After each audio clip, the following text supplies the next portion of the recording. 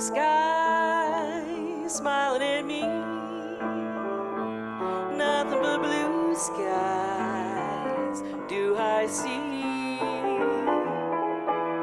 Bluebirds singing a song. Nothing but bluebirds from now on.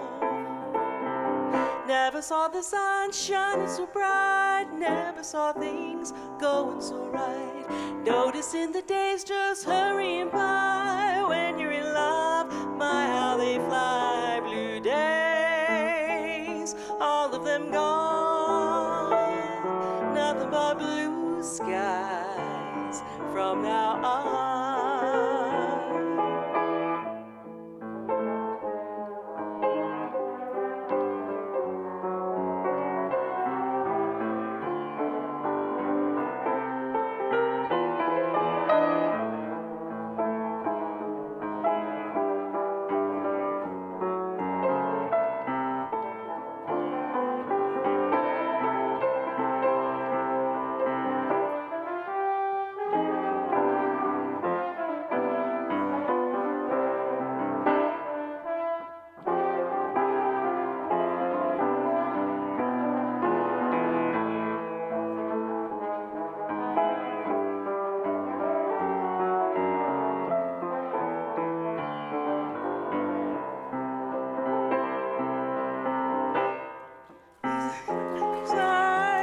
Saw things going so right. Noticing the days just hurrying by. When you're in love, my how they fly. Blue days, all of them gone. Nothing but blue skies. Nothing but blue skies. Nothing but blue skies from now on.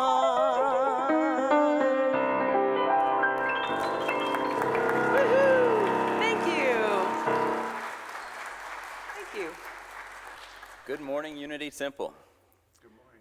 It's a beautiful day, and we've got some great things going on here at the temple. If this is your first time, I want to welcome you. As some of you are returning, it's always great to see you. It's always a pleasure to see people engaging, communicating, and creating this amazing environment that we've got going on right now. So Christy with the youth education is going to come up and make an announcement. There you are.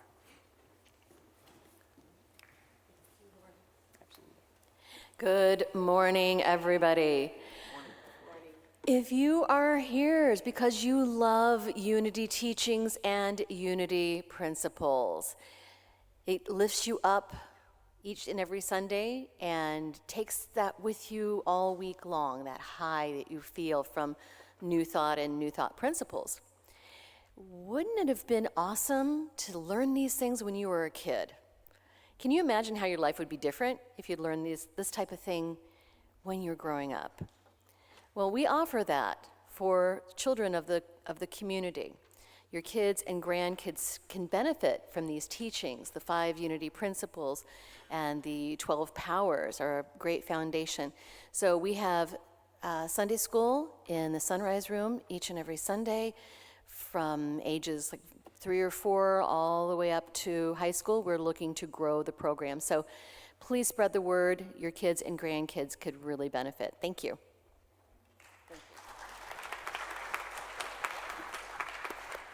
Thank you, Christy, very much for that. It's an important part of this program. I also want to give some recognition to Connie and Diana for the prayer chaplain training that was arranged yesterday. It was absolutely incredible. Reverend Sandra was a part of that as well. But something I want you all to be aware of is the prayer chaplains are available for you. So if you're ever going through anything that you want prayer about, maybe it's a celebration, maybe it's something that's pressing on your mind or in your experience of life, and you want to share that with someone in a sacred space, feel free to come up to any of our prayer chaplains after the service and be willing to go in that space with them. You'll see them with the white stalls. So always know that you're welcome and that they're there for us. So now we're going to begin today's service with the temple chimes, the opening prayer, and the call to inspiration.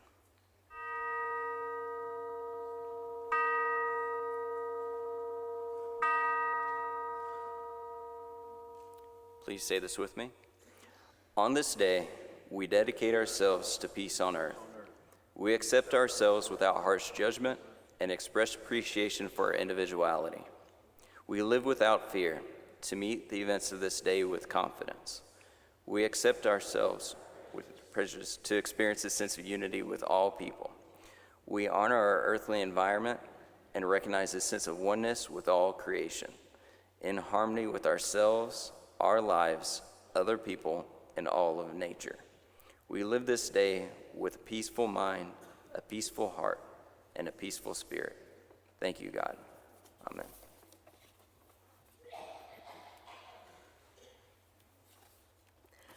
I will surrender to my greatest, highest good. I will release any fear that blocks my way.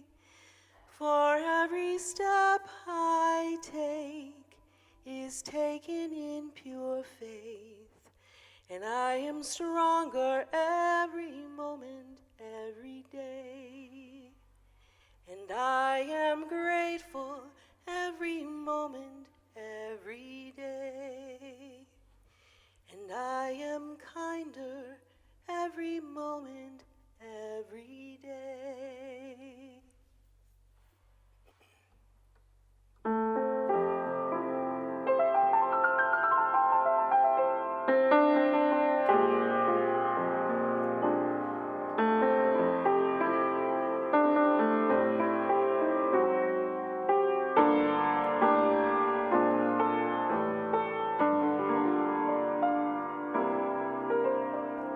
On a clear day, rise and look around you, and you'll see who you are.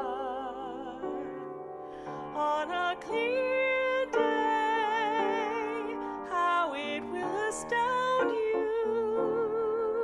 that the glow of your being outshines every star.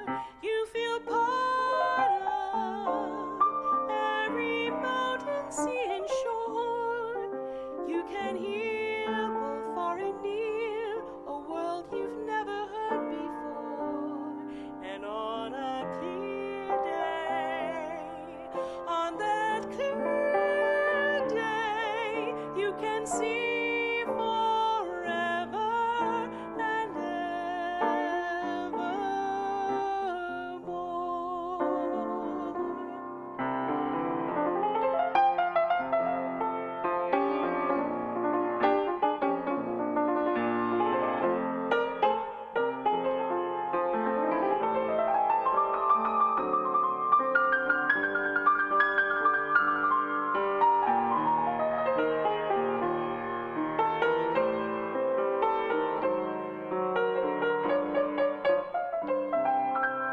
You feel part of every mountain, sea, and shore.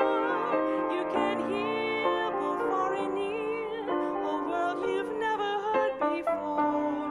And on a clear day, on that clear day, you can see forever and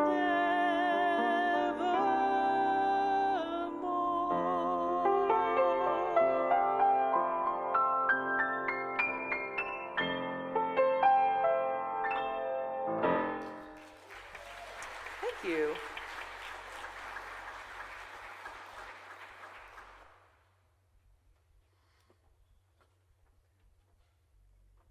Good morning. Good morning. My name is Diana, and I have been given the wonderful opportunity to share today's lesson with you. Our lesson today is going to be about overcoming fear, anxiety, or anything that may be limiting your full life experience. But before I jump in, I want to ask you guys, can you hear that thumping sound? It kind of sounds like a heartbeat. I see you guys shaking your head no? Can you guys hear me? Okay. So right now, my heart, I have to be honest, feels like it is going to jump out of my chest, okay? And it's going to take a seat in the front row. My knees are kind of little weak, right? And it's because I have a fear, and that fear is public speaking. How many of you have that fear? Show of hands. Okay. All right, a lot of you, right? So you would think that that would calm my heart down, right? And that I'd be at ease, because there's many of you that have that same fear. But that's not the case, right? It's still beating like crazy, for sure. So I ask that you bear with me as I share the lesson today. So I just shared, and I'm vulnerable with you, that I have this fear of public speaking. And so you guys are probably sitting there going, okay, lady, why are you up there right now then? All right? So I'm going to tell you why I'm here, and I'm going to set the scene for you. It is Monday morning, and I have my warm coffee in my hand, and I'm safe and secure in my office. And I open up my personal emails, and I start looking through them, and I see that Reverend Duke has sent me an email. And this isn't new. You probably don't know this, but I am pursuing a licensed Unity teacher credential, and so I have been taking classes and doing a practicum here at the temple. And my mentor has been Reverend Sandra, and she has been absolutely amazing. If you want to learn more about Unity, or if you want to become a licensed Unity teacher, or if you want to stand up here one day and give the lesson, I encourage you to reach out to her. She is fabulous. So getting an email from Reverend Duke or Reverend Sandra isn't odd. You know, they're sharing different opportunities with me all the time for this practicum that I'm doing. So I go down and I open the email, and it is a new opportunity, all right. It's the opportunity to be standing right here in front of you guys, giving the lesson. So I don't know about you, but have you ever had that feeling when you open something up and you start reading it, you kind of have this panic attack? All right, that's exactly what happened to me, a total panic attack. I immediately start thinking to myself the 101 reasons why I cannot be up here giving the lesson, right? I think about my LUT classes that are starting soon. I think about the prayer chaplain training that I had to help facilitate, which was just yesterday. And by the way, it was fabulous. I don't know where you guys were at. We missed all of you there. But it was great. And then I thought about work demands, right? It's the beginning of an academic year, and so it's going to get crazy for me. So I immediately respond to Duke, thanking him for the opportunity. I'm like, you know, maybe down the line when I have more time, I can do this. And so as soon as I hit submit, all of that anxiety just lifted from me. So I thought, right? So I'm feeling good about myself, and I go about the day. And as I go through my day, there's like this little gnat that keeps coming back. And this gnat is saying, hey, you were just given a really great opportunity you just threw away. And so again, immediately that anxiety perks up, and I decide that, you know, you have 101 things, let it go. So I go on my day, and it's about lunchtime, and I'm just going to disclose a whole bunch of stuff about myself. I am basically referred to as kind of a research nerd, somebody that loves to learn and read all kinds of stuff. So I always have things tucked away. And I'm always pulling it out any free moment I have to read it and just try to digest stuff. So it's lunchtime, there I am with, you know, some materials to read. And remember, I've got prayer chaplain training that I'm trying to get ready for. And so I pull out this prayer that was written by Thomas Keating, had never read it before, and it's going to be on the screen here in a minute. And I'm going to read this to you, okay? It says, welcome, welcome, welcome. I welcome everything that comes to me today because I know it's for my healing. Keep in mind, I'm not welcoming anything, obviously, okay? I welcome all thoughts, feelings, emotions, persons, situations, and conditions. I let go of my desire for power and control. I let go of my desire for affection, esteem, approval, and pleasure. I let go of my desire for survival and security. I let go of my desire to change any situation, condition, person, or myself. I open to the love and presence of God and God's actions within me. Amen. Now, of course, I say to myself, okay, this is a sign. The universe is saying you should have grabbed that opportunity, right? But again, that panic comes up. And I know you guys know that panic, right? It's just your heart starts beating and you're just overwhelmed. So I shut it off and I go about my day. And I go forward, and in the evening, I am going to go visit my sister in the hospital. She had major back surgery, and I had to buy some time. And so I buy some time by going into the gift shop. And I love cups, glasses, with little sayings on it. And there's this whole wall of cups. And I walk in and I gravitate over to a cup, the very first one I pull up, right? Very first one. Pull it down. I'm like, well, what does this look like? This is what it looks like. You got this, girl. I'm like, okay, this is incredible. It then says growing through what you go through. Grow through what you go through. Because if we don't grow through it, right? If we don't go through it, we don't grow. It keeps coming back up over and over again, doesn't it? Have you guys experienced that? Just keeps coming back up. So all of a sudden, I flip the cup over. I don't know why I flipped the cup over. And it reads, fearless. And I'm thinking, you got to be kidding here, universe. You just got to be kidding. It says, face everything and rise. And I said, that's it. There's no doubt. The universe has called me. You've got to retract what you said to Reverend Duke, and you just got to go for this, Diana. And so at that point, I realize right there in the gift shop that I have let fear become my companion. How many of you in the past have let fear become your companion? Yeah, a lot of us, right? It's like our best friend. We shut ourselves off to life and the experiences that we can have because of our fear, because of our anxiety, right? And so I'm not saying that fear is not natural. It is, right? Some say that it is in our DNA and it is a survival mechanism, right? So it's healthy for us to fear. Where the problem comes in is that fear has gone beyond just a survival mechanism for many of us. We live our day in fear. Fear of failure, fear of the future, fear of rejection, fear of judgment.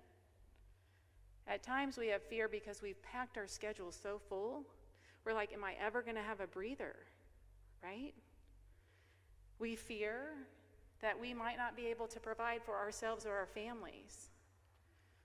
I fear public speaking. And the list goes on and on and on, right? And so like the fear of public speaking, these fears torment us each and every day.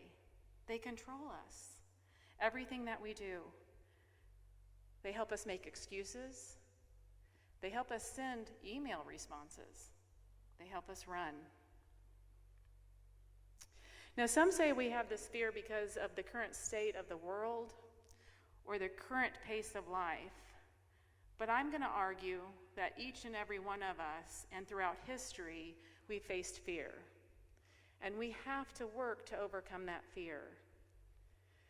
In fact, 90 years ago in 1933, fear made it into Franklin D. Roosevelt's inaugural address when he said the only thing to fear is fear itself. And why is that? It's because fear shuts us off from life. Now, FDR had a lot of things to fear, all the way up leading to the White House and while in the White House. I bet you didn't know that he had a fear of fire. It was a significant fear. He thought it was going to take his life. But he didn't let it take him down. Instead, what he did is he made a plan to practice doing fire drills. Can you imagine the president in the White House practicing by himself fire drills? Pretty amazing, right? He also feared Friday the 13th. And he often would do work around that fear and schedule things outside of that. If we step even further back in history, because I'm letting all you all know that fear's not just for you, right? Not just affecting you. It's been here forever. I bet you didn't know that the naturalist Charles Darwin, who famously sailed around the world to look into science, had the fear of the marketplace. Believe it or not, he feared leaving his home. But yet he sailed around the world. And to get out of his home, he would rely on friends and family. Stepping back even further, if we look into the Bible, how many times do you think the term "do not be afraid" appears in the Bible? I just want you to take a minute. How many times do you think it appears? Now I want you to turn to the person next to you and give him your best guess. How many times do you think it appears? Okay. All right. Who is brave enough to kind of give me how many times they think it appears? Does somebody shout it out? Give me a guess. How many? 17. Just a little under. It actually appears, according to the internet, and we all believe what's on the internet, right? That it appears 365 times. It is like a vitamin, a daily reminder that we should not fear life. We should embrace it and live it. We're only here once, right? I'm going to step one step further back. We all know a very courageous individual who was asked to lead the Israelites out of slavery in Egypt. We find this in the Bible in Exodus, right? And this courageous person was Moses. God went to him and asked him to lead people out of Egypt. He feared this. He feared this because of prior experiences. In fact, guys, he was hiding out in the desert for 40 years. Kind of like me avoiding public speaking, right? But he went and he told God, or he said to God when God asked him to do this, "Who am I that I should go and lead the Israelites out?" Now, I'm no Moses, nor are you. But I tell you what, when I got Duke's email, I thought to myself, who am I to stand up in front of all of you? Who am I to provide this information? Am I going to be judged? Right? Do I even have the skills? Am I good enough to be up here? But I immediately stopped myself. And I listened to what God told Moses, right? God said, "I will be with you."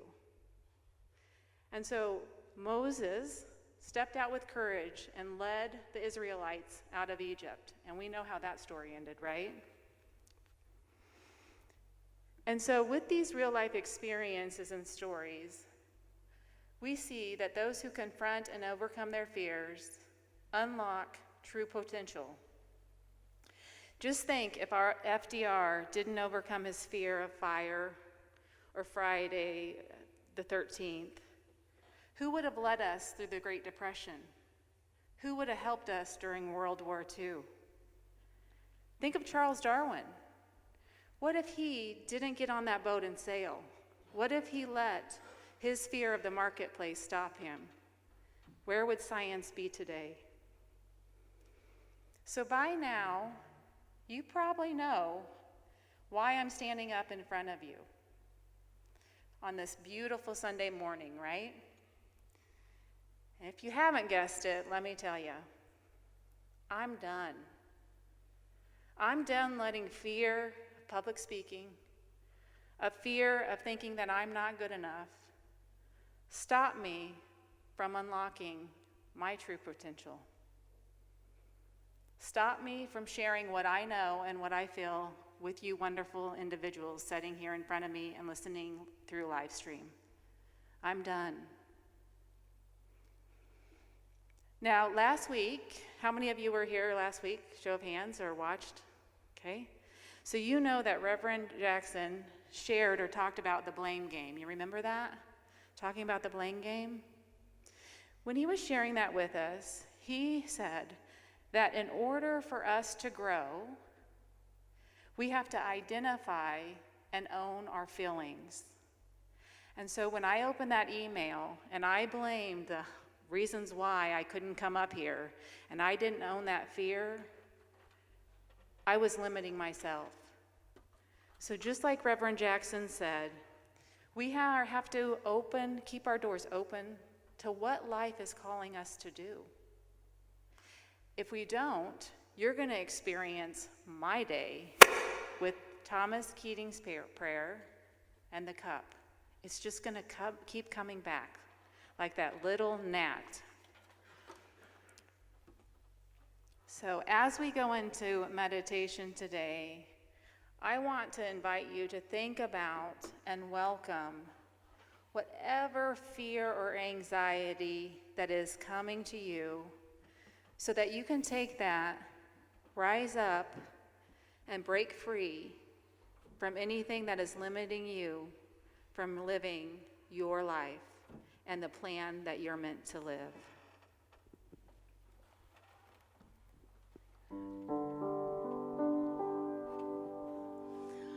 Our thoughts are prayers, and we are always praying. Our thoughts are prayers. Listen to what you're saying. Seek a higher consciousness, a state of peacefulness, and know that God is always there. And every thought becomes a prayer.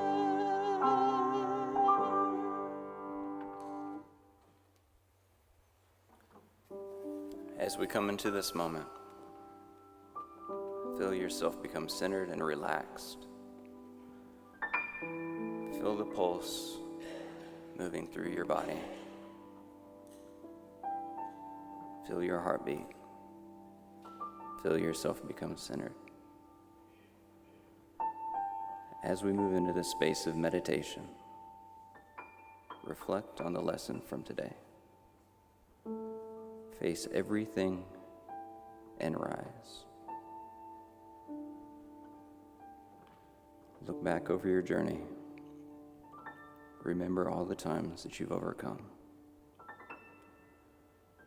Know that you have the strength to face anything that comes ahead of you.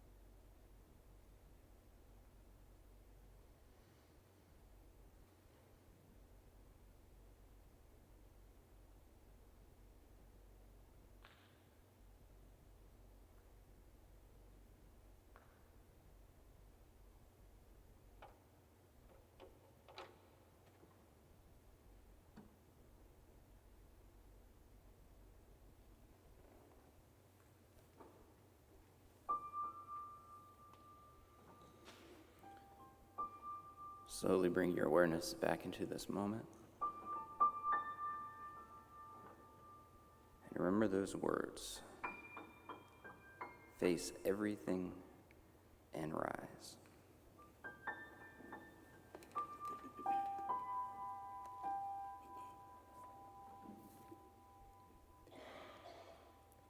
My life goes on in endless song above earth's lamentation. I hear the real, though far off hymn that hails a new creation.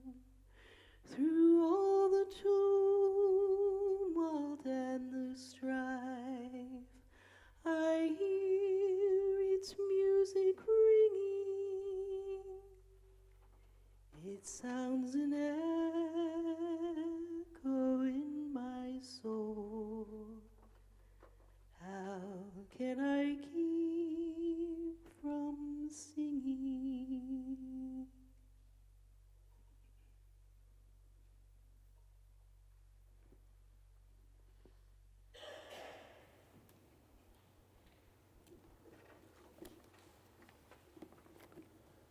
Now I invite you to take your love offering in your hands and join with me in this offering blessing. Divine love, through me, blesses and multiplies all that I give and all that I receive. And so it is. We bless these gifts and the givers, and know that these gifts go forward to bless this temple and all those whose lives we touch.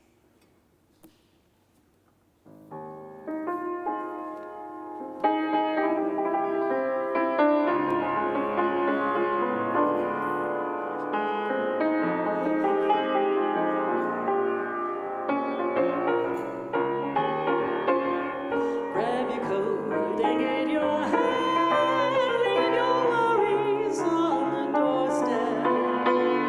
Just direct your feet to the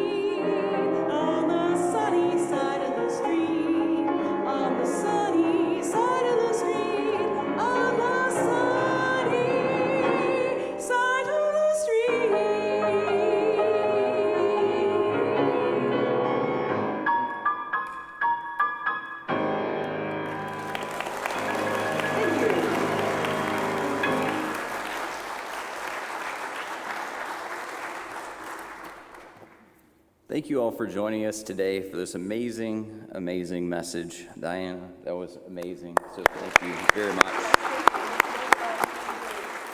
And thank you to all of our musicians. It's always really cool, especially when I watch a mother and son perform, because I think, you know what, if my mother and I got on this stage, you all would be scarred for life. So you guys, amazing talent and are very, very good. I want to invite you all downstairs after service for anyone who's interested in the community time. It's down in the chapel space, and we'll have cookies and refreshments, so it's always a great time to reflect upon the message. Maybe that there's something is on your heart that you want to share with somebody, or maybe just have a Sunday morning conversation, so you're welcome to join us down there. If this is your first time, feel free to introduce yourselves. We'd love to meet you, and have a blessed rest of the Sunday. Take that message out there, because she has so many amazing points, especially with fear, and how that faces us in so many different areas of life, not just in things that may be challenging, but opportunities, and just explore that and spend some time with it, because it's just such a great, powerful message. So I want to thank you again all for joining us today, and if you join us now, we will conclude our service with the prayer for protection and the peace psalm. The light of God surrounds us, the love of God enfolds us, the power of God protects us, the presence of God watches over us. Wherever we are, God is, and all is well.